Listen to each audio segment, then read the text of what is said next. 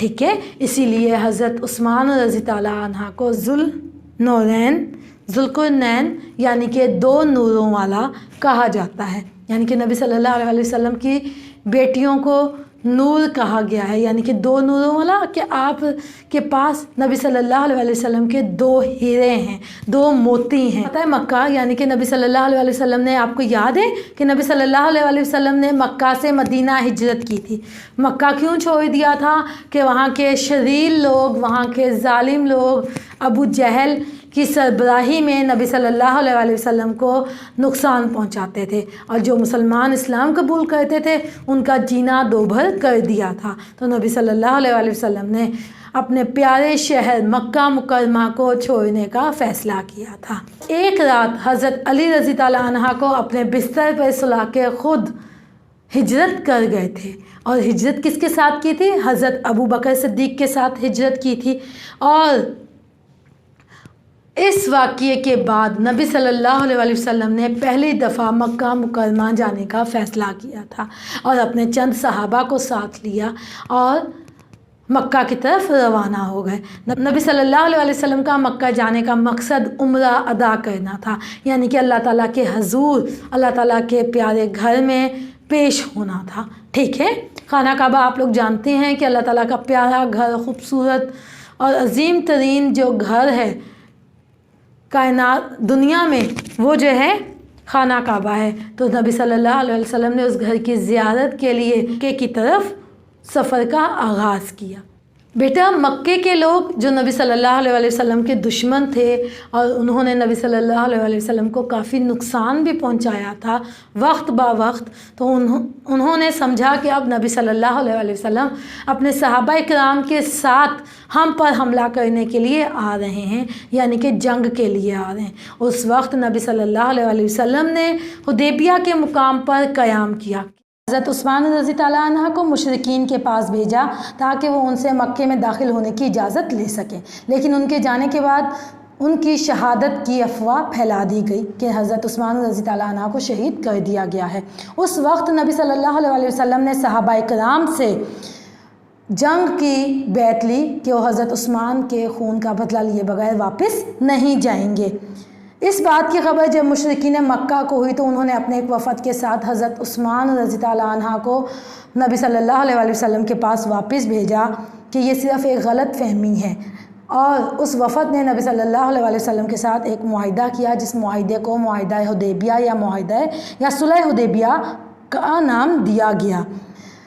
اسی طرح ایک دفعہ نبی صلی اللہ علیہ وسلم کو خبر ملی کہ روم کا بادشاہ مدینہ منورہ پر حملہ کرنا چاہتا ہے، اور عام مسلمان ابھی اس حالت میں نہیں تھے کہ وہ جنگ کر سکتے، یا ان کی مالی حالت اتنی اچھی نہیں تھی۔ نبی صلی اللہ علیہ وسلم نے مدینہ کے امیر مسلمانوں سے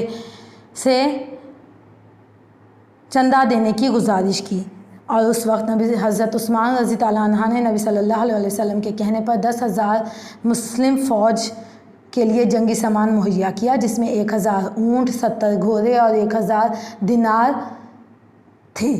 حضور صلی اللہ علیہ وسلم نے حضرت عثمان رضی تعالیٰ عنہ کے اس کام کو دیکھتے ہوئے فرمایا کہ حضرت عثمان کا کوئی کام کبھی ان کو نقصان نہ پہنچائے گا۔ بیٹا، یہ دیکھیں کتنی بڑی بات ہے کہ کبھی بھی ان کا کوئی کام ان کو نقصان نہیں پہنچائے گا، یعنی کہ ان کے فائدے میں ہی جائے گا۔ ٹھیک ہے، حضرت عثمان ان خوش نصیب صحابہ میں بھی شامل تھے جن کو نبی صلی اللہ علیہ وسلم نے دنیا میں ہی جنت کی بشارت دے دی تھی۔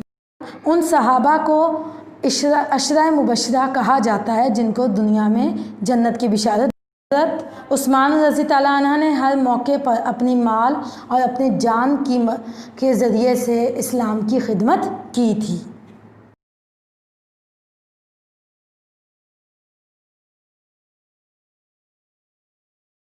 حضرت عثمان غنی رضی اللہ عنہ مسلمانوں کے تیسرے خلیفہ تھے۔ آپ رضی اللہ عنہ کا تعلق قریش کے مشہور خاندان بنو امیہ سے تھا۔ آپ رضی اللہ عنہ کے والد کا نام عفان تھا۔ آپ رضی اللہ عنہ کا شمار ان چند لوگوں میں ہوتا تھا جو پڑھنے لکھنے پر عبور رکھتے تھے۔ حضرت عثمان رضی اللہ عنہ نے حضرت ابو بکر صدیق رضی اللہ عنہ کی ترغیب پر اسلام قبول کیا۔ قریش کی طرح آپ کا پیشہ بھی تجارت تھا۔ آپ رضی اللہ عنہ اپنی محنت، صداقت اور اصول پسندی کی بدولت مکہ کے مشہور ترین لوگوں میں شمار ہوتے تھے۔ آپ رضی اللہ عنہ نے اپنی دولت کو ہمیشہ نیکی کے رستوں میں، نیکی کے کاموں میں خرچ کیا، اسی لیے آپ رضی اللہ عنہ کو غنی کے لقب سے یاد کیا جاتا ہے۔ آپ رضی اللہ عنہ کی فضیلت یہ بھی ہے کہ آپ رضی اللہ عنہ کو کاتب وحی ہونے کا شرف حاصل ہوا۔ اس کے علاوہ آپ رضی اللہ عنہ نے تحفظ قرآن کے لیے قرآن مجید کے مستند نسخے لکھوائے اور مملکت اسلامیہ میں پھیلائے تاکہ قرآن مجید اپنی اصلی حالت میں برقرار رہے۔ آپ کے اس کارنامے کی بدولت آپ کو جامع القرآن کا قرآن بھی کہا گیا ہے۔ رسول اللہ صلی اللہ علیہ وآلہ وسلم کی 2 صاحبزادیاں آپ رضی اللہ عنہ کے نکاح میں آئیں۔ حضور اکرم صلی اللہ علیہ وسلم نے اپنی صاحبزادی حضرت رقیہ رضی اللہ عنہ کے انتقال کے بعد اپنی دوسری صاحبزادی حضرت ام کلثوم رضی اللہ عنہ کا نکاح آپ رضی اللہ عنہ سے کر دیا۔ اس بنا پر آپ کو ذو النورین، 2 نوروں والے کے لقب سے بھی یاد کیا جاتا ہے۔ ذو النورین 2 نوروں والا کے لقب سے بھی یاد کیا جاتا ہے۔ فتح مکہ سے قبل حضور اکرم صلی اللہ علیہ وسلم جب اپنے صحابیوں کے ساتھ عمرے کے لیے مکہ مکرمہ کے لیے نکلے تو مشرکین مکہ نے حضور اکرم صلی اللہ علیہ وسلم کی اس آمد کو جنگ سے تعبیر کیا۔ حضور اکرم صلی اللہ علیہ وسلم نے اپنے صحابیوں کے ہمراہ خود حدیبیہ کے مقام پر قیام فرمایا اور حضرت عثمان رضی اللہ عنہ کو مکہ والوں سے مذاکرات کے لیے بھیجا۔ اسی دوران یہ افواہ پھیل گئی کہ حضرت عثمان رضی اللہ عنہ کو مشرکین مکہ نے شہید کر دیا ہے۔ آپ صلی اللہ علیہ وسلم نے تمام صحابہ کرام کو جمع کیا اور ان سے اسلام کی خاطر جنگ کرنے کے لیے بیعت لی۔ اس بیعت کو بیعت رضوان کہتے ہیں۔ مکہ والوں کو جب اس غلط فہمی کا علم ہوا تو وہاں کے معززین نے حضرت عثمان رضی اللہ عنہ کو اپنے وفد کے ساتھ حضور اکرم صلی اللہ علیہ وسلم کی خدمت میں بھیجا۔ اس وفد نے حضور اکرم صلی اللہ علیہ وسلم کے ساتھ ایک معاہدہ کیا۔ اس معاہدے کو معاہدہ حدیبیہ یا صلح حدیبیہ کا نام دیا گیا۔